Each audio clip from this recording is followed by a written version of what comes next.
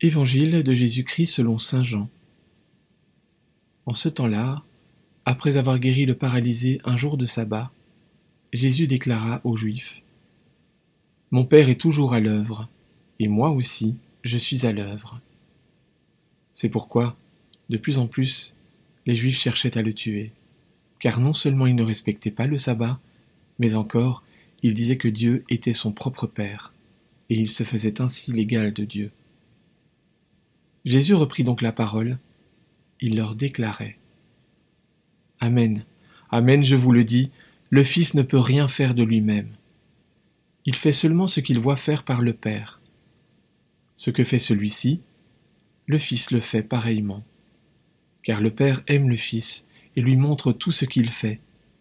Il lui montrera des œuvres plus grandes encore, si bien que vous serez dans l'étonnement. Comme le Père, en effet, relève les morts et les fait vivre, ainsi le Fils, lui aussi, fait vivre qui il veut. Car le Père ne juge personne, il a donné au Fils tout pouvoir pour juger, afin que tous honorent le Fils comme ils honorent le Père. Celui qui ne rend pas honneur au Fils ne rend pas non plus honneur au Père qui l'a envoyé. Amen, Amen, je vous le dis, qui écoute ma parole et croit en celui qui m'a envoyé, obtient la vie éternelle, et il échappe au jugement, car déjà, il passe de la mort à la vie.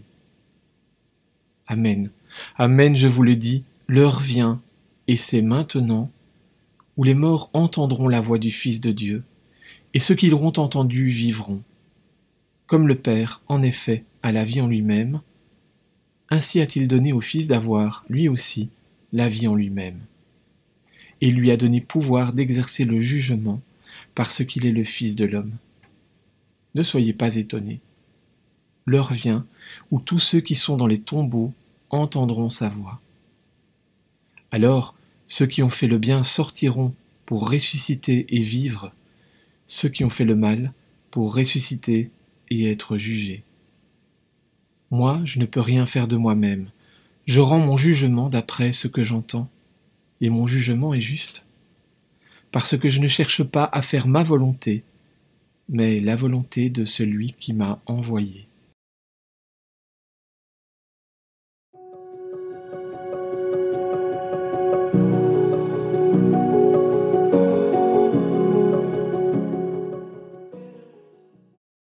La discussion avec les pharisiens sur le sabbat qui suit la guérison de l'infirme de la piscine de Bethzatha nous conduit à voir toutes les conséquences de la venue de Jésus dans le monde et du salut qu'il vient apporter.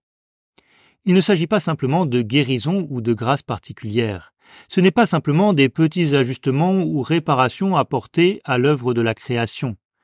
Ce dont il est question, c'est une recréation, un renouvellement de la vie. C'est ce qui permet de comprendre que Jésus l'accomplisse le jour du sabbat, le jour où la création est portée à son achèvement. Ainsi, nous dit Jésus, l'accueillir et croire en lui, c'est passer de la mort à la vie. C'est ce dont nous pouvons prendre conscience alors que nous nous apprêtons dans quelques jours à célébrer la fête de Pâques.